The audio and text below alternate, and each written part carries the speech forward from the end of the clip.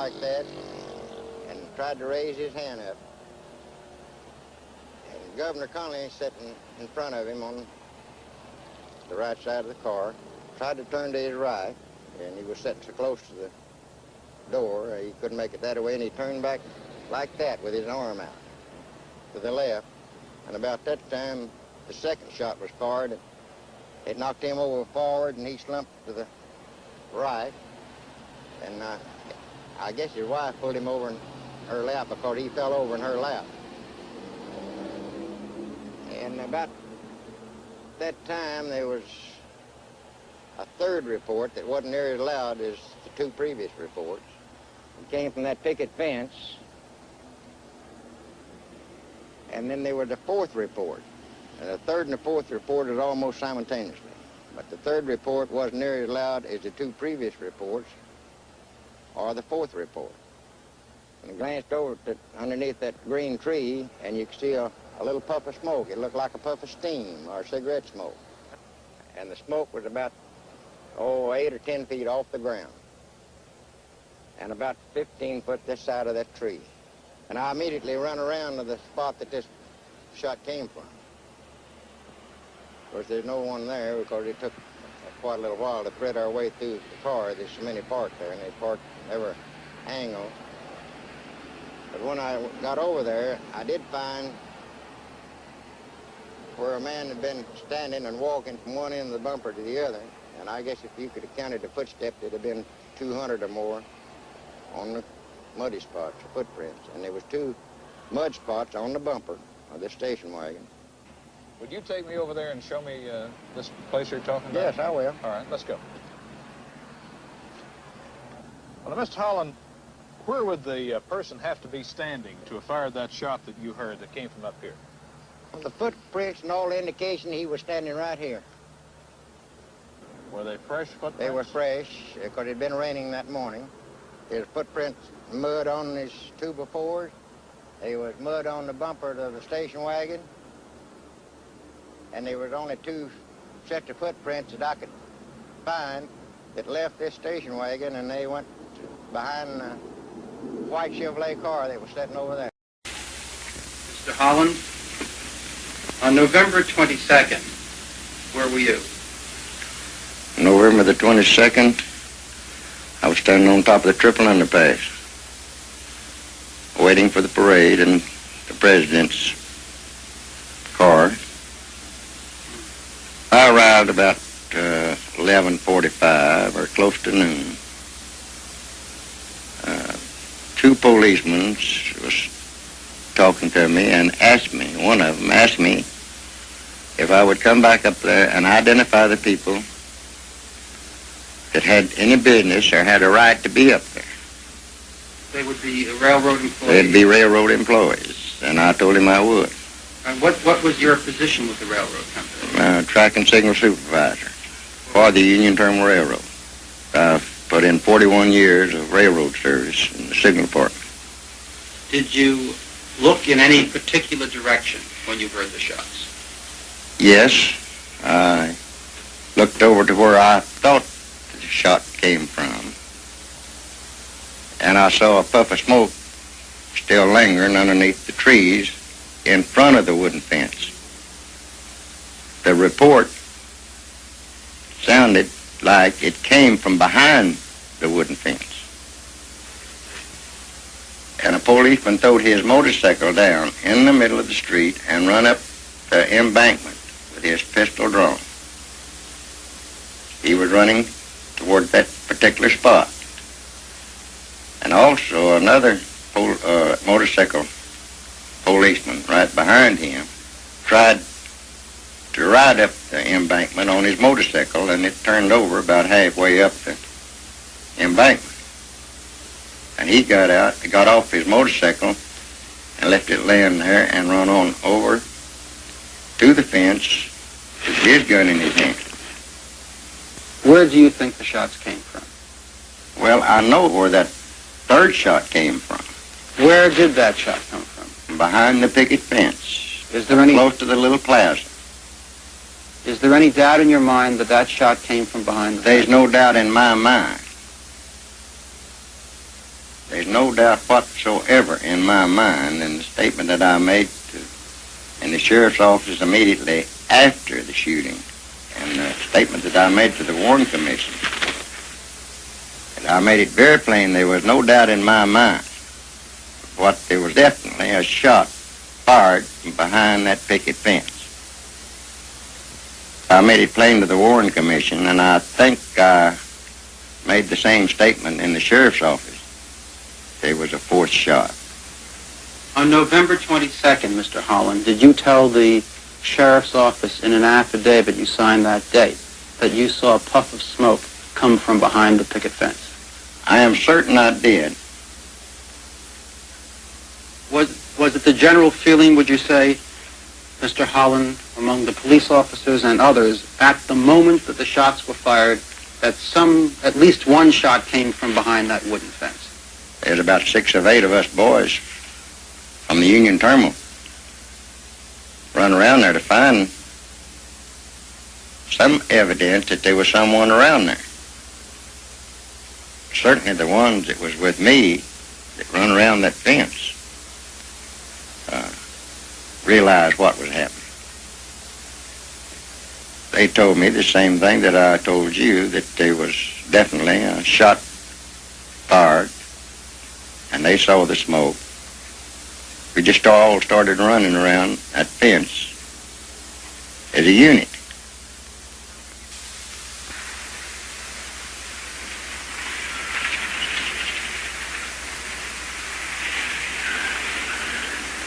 Is this the exact spot you were standing on November 22nd, Mr. Holland? That's correct. This is the exact spot that I was standing November the 22nd, waiting for the parade. And where did you hear that third shot come from? Right over about 20 or 30 feet from the other end of that little picket fence. And where was the smoke that you saw? It drifted right out underneath those green trees, those 2 trees. From behind the fence? From behind the fence. It kind of hung there just like for a few seconds, long enough that you could see that it was and then puff of smoke. And then what'd you do? Immediately after the president's car came underneath this overpass, 4 of us broke a run around this fence to find out if we could see anybody leaving the area. Can we walk this way now that you went on the 22nd? No, we can walk that way right now. Fine.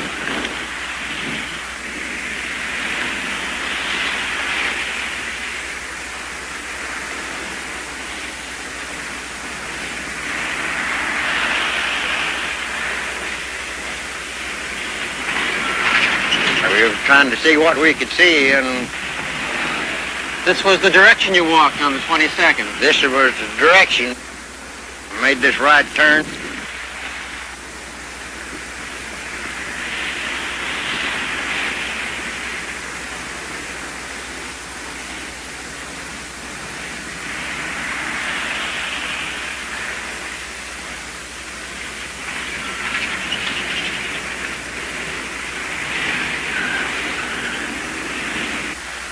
Jumped this steam line, this pipe, and one man right behind me jumped, and another one jumped right on top of him.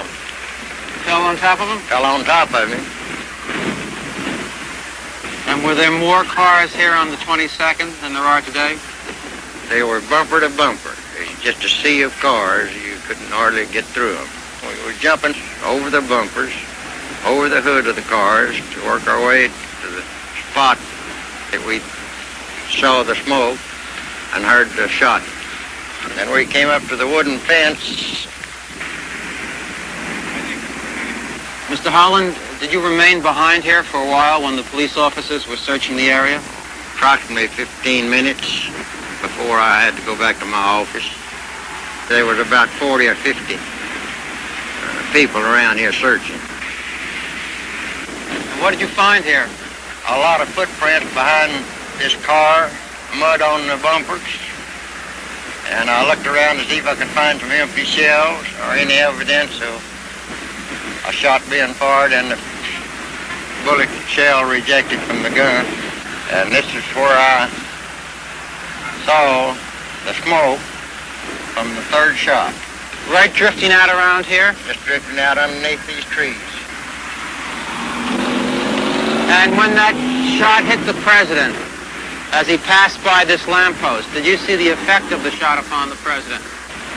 Well, it knocked him over to his left down in the car.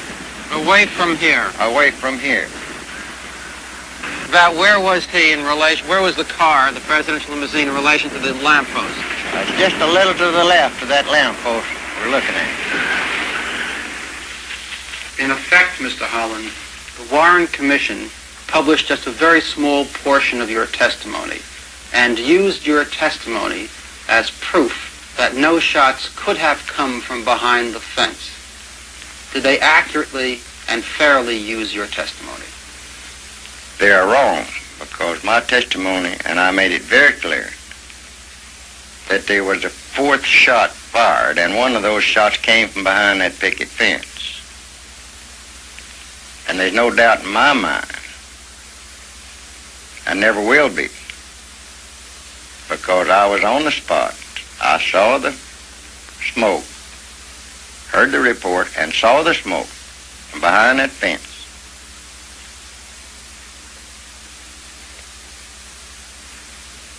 And I don't see how that they could doubt there was a fourth shot fired. The vast majority of the witnesses who expressed an opinion as to the origin of the shots agreed with Mr. Holland that the shot did come from behind the fence. These witnesses, as this picture shows, were positioned throughout Dealey Plaza. The commission concluded that no credible evidence suggests that the shots were fired from any place other than the Texas School Book Depository building. Mr. Holland, you were on the overpass. You were probably in the best position of any witness on November 22nd. In your view, did the Warren Commission present all of the facts regarding the assassination of President Kennedy? Well, let me say this. The Warren Commission, I think, had to report in their book what they wanted the world to believe when they read the Warren Commission. As you know, as well as I know, that everybody in the world was reading this Warren Commission, and it had to read like they wanted it to read. They had to prove that Oswald did it alone. The commission also stated, as you know, Mr. Holland, that the same bullet which hit Governor Connally first struck President Kennedy. Based upon what you observed from that position just above the street on the overpass, is that possible? No. No, that Warren Commission is in error on that, because I was an eyewitness to that, and I know that the same bullet that hit President Kennedy did not hit Governor Connally. The first bullet, the president slumped over, and Governor Connally made his turn to the right and then back to the left. And that's when the second shot was fired and knocked him down in the floorboard. And it would have been impossible for him to turn had the bullet hit, the same bullet hit him that went through the president's neck. And did you see the effect of the next bullet which struck President Kennedy? I saw the effects of the next bullet that struck the president.